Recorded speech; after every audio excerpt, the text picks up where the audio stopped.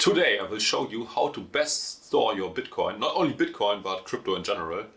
And yeah, if you know the answer, which is hardware wallets, don't turn off just yet, because I will also show you all alternatives how you could store your crypto. And in addition to that, I will also familiarize you with some additional security features which the hardware wallets have and which make them way more secure, and I guess most people don't know about that. So stay tuned if you want to learn more. Hello and welcome to Finance with Axel.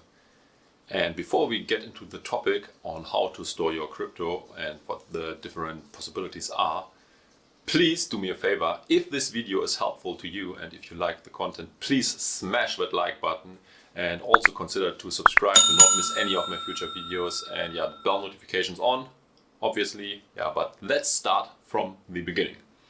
A cryptocurrency wallet is a tool that allows you to interact with the blockchain of your choice. With the generation of this wallet, you automatically will create a public key and a private key. And we will now use banks as an ontology. And the public key is like your account number. This can easily be passed on to other people, for example, to receive payments. And it does not have to be kept secret. You actually need to give this address to other people in order to receive payments.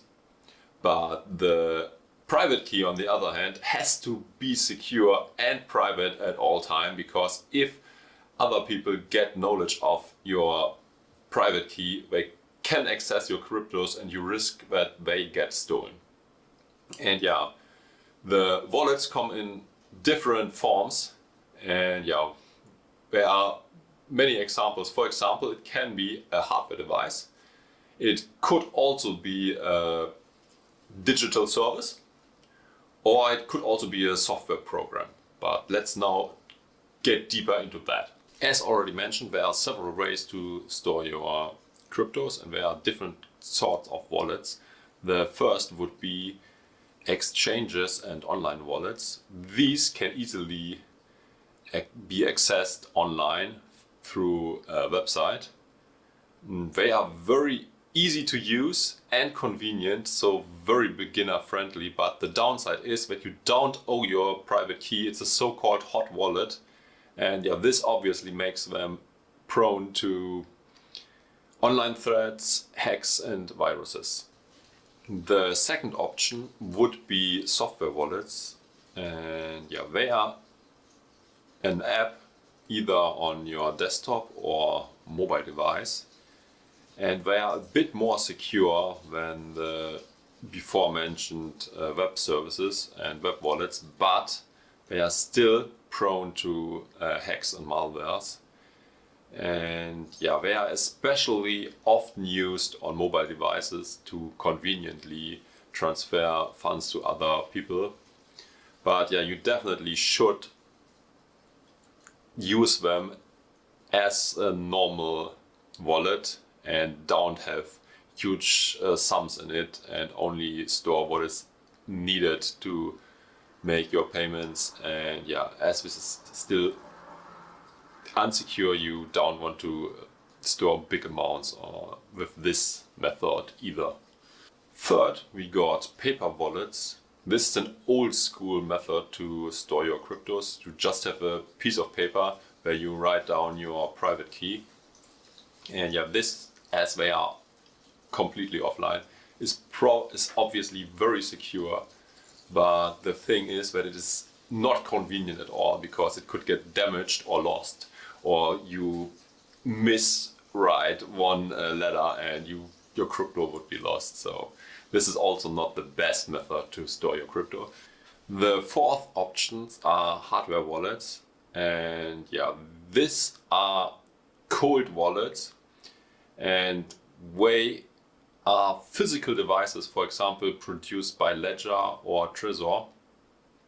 And yeah, these devices store your private key in a secure and encrypted environment.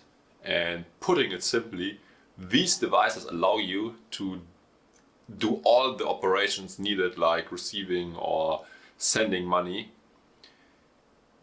with this device when connected to the computer, but this device will ensure that your private key never gets out on the internet or on your PC.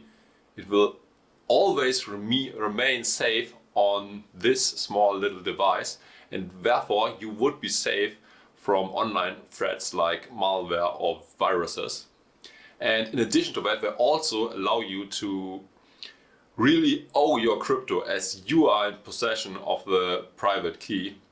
And yeah, you are the only one in control, and this makes them a bit less convenient, as the handling is, yeah, you have to get used to it more or less, but the bit of less convenience is more than made up by the extra security and owning your crypto. I assume that most of you are already familiar with hardware devices, but if not, two companies mainly produce them. This is Trezor and Ledger. I cannot comment much on Trezor because I never used one. The wallet of my choice is Ledger. And yeah, if you decide to get one after this presentation, feel free to do so with the link below. I'm affiliated with them. The price would stay the same for you, but I would earn some extra bucks if you buy through that link. Yeah, it's very easy and convenient to set up such a device. It would only take about 30 minutes of your time, and it's the best and most secure way to store your crypto. And yeah, you should get such a device because... Simple rule. If you control the keys, it's your Bitcoin. If you don't control the keys, it's not your Bitcoin. Your keys, your Bitcoin. Not your keys, not your Bitcoin. Your keys, your Bitcoin. Not your keys, not your Bitcoin. This famous quote of Andreas Antonopoulos expresses that if you don't own the private key, someone else is in possession and in control of your assets, and you should regain control. So if you, for example, store your cryptos on a centralized exchange like Binance or Coinbase, you should definitely withdraw these assets and send them to a wallet where you own the private key. As already mentioned, it is very easy to set up such a device. It only takes half an hour. You first would have to set and confirm a PIN code. Afterwards, you have to write down your 24-word recovery seed and also confirm that one. And afterwards, there's just one more thing to do, and this is installing your favorite crypto apps. And yeah, afterwards you are good to go and can store cryptos on your device. And yeah, you will get guided through every single step by their own software called Ledger Live. And yeah, storing your crypto assets would be very safe because this device guides you from all the threats from the internet, like viruses and Trojans. And yeah, you will get back possession of your crypto and own your private keys. There's just a small little add-on. Don't let anyone get physical access to your device, because then they might be able to extract some of the data, so keep that secure all the time. And another thing, people are very stupid and they fall for very easy to disguise scams all the time. So criminals asking for their 24-word recovery seed and they just hand it to them, and then obviously your crypto can get stolen. So don't be stupid. If someone asks for your recovery seed, they never want anything good from you. They are just trying to scam you. So keep that private and secure at all time, and you should be the only one to know about it. However, there are other threats besides just software threats. If you got anything of value, there will always be people who will try to steal it from you by any means possible. There are rare occasions, but it unfortunately happened, where people who were known for having a lot of wealth in cryptocurrency got robbed or threatened or even murdered when people tried to get to their assets. And if you would like some extra security, you can get that from your ledger by configuring it in a specific way. And yeah, we will now dive into the advanced security features of your ledger device. You can set an additional security feature called Passphrase to secure your belongings, and this is a very, very great feature, and I will now explain how it works. In addition to your 24-word recovery seed, you will now also set an 25th word, which you can define on your own. It can have up to 100 characters, and with this additional word you will create a different set of addresses that are completely independent of the other addresses which are getting created with the 24-word recovery seed. And yeah, you have to very securely save this 25th word obviously as well, because if you lose it, you will also lose access to all your cryptos and they will be gone. So keep that in mind. As always with crypto, you are in possession, and if you mess up, your cryptos will be gone. And yeah, moving on.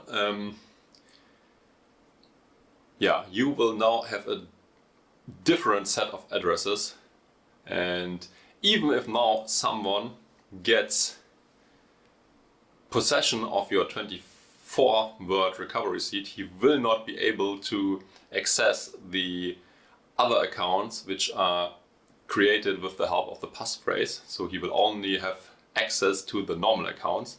And it gets even better. You could also set a second pin. And this means with the normal pin, you would access the accounts that are linked to your 24-word recovery seed. And with the secondary pin, you would access your hidden accounts, meaning the accounts that are bound to the 24-word recovery seed and also the passphrase.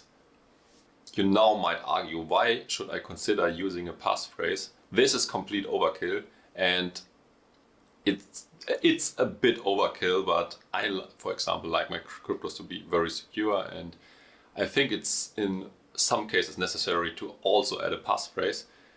Yeah, this obviously makes the cryptos even more secure, as already mentioned. If someone gets in possession of your 24-word recovery seed, he would only be able to access your normal accounts, but your hidden accounts, which are protected by the passphrase, would still be not as accessible. So this is an extra layer of security, and this always is great. And yeah, in addition to that, this also gives you another great feature. This allows you to get access to plausible deniability when under duress, and I will now explain what this means. So what is plausible deniability? For example, if someone is asking you to unlock your device or to hand over your recovery sheet at gunpoint, you now would have a bit of protection, because you could just unlock your normal accounts and the hidden accounts would still be secret. And yeah, this obviously would help a lot, especially if you have a decent amount on your normal accounts as well, but the major fortune is stored on the hidden account. When the theft might be thinking that he now has what he wanted and leaves you alone, while in reality you still got most of your cryptos. And yeah, you could be even more secure, because you could even set up multiple passphrases, meaning that if the robber using physical harm or a weapon to threat you knows about this feature, you could open a hidden account, but this could still be not the hidden account with all your fortune in it, but only a small fraction. And you would think, okay, now I got everything, now I can leave this guy alone. So yeah, that's plausible deniability. If you now want to set up passphrase as well, I will put links in the description to help you to do that. And yeah, we are at the end of the video. Please comment if you knew about this feature and if you think it is helpful. And yeah, if you found this content helpful, please like, subscribe, and also share it with your friends that might also want to know about the secret passphrase feature, for example. Yeah, thanks for watching. Until next time, take care. Bye bye.